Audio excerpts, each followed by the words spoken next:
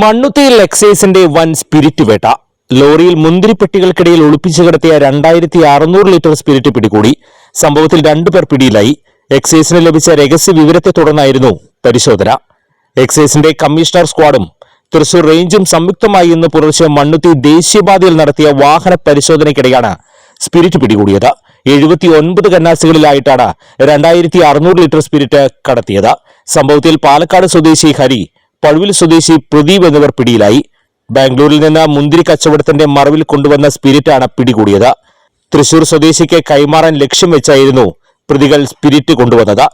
ഇതിനിടെയാണ് എക്സൈസ് പിടികൂടിയത്. അതേസമയം സ്പിരിറ്റ് വാങ്ങാനെത്തിയ എക്സൈസിനെ വെട്ടിച്ച് വാഹനത്തിൽ രക്ഷപ്പെട്ടു. ഇയാൾക്കായി എക്സൈസ് സംഘം അന്വേഷണം ആരംഭിച്ചിട്ടുണ്ട്. എവിടെ നിന്നാണ് ഇത്രയും വലിയ അളവിൽ സ്പിരിറ്റ് കൊണ്ടുവന്നത്, എന്തിനാണ് സ്പിരിറ്റ് കൊണ്ടുവന്നത് എന്നത് ഉൾപ്പെടെയുള്ള കാര്യങ്ങളും എക്സൈസ് അന്വേഷിക്കും.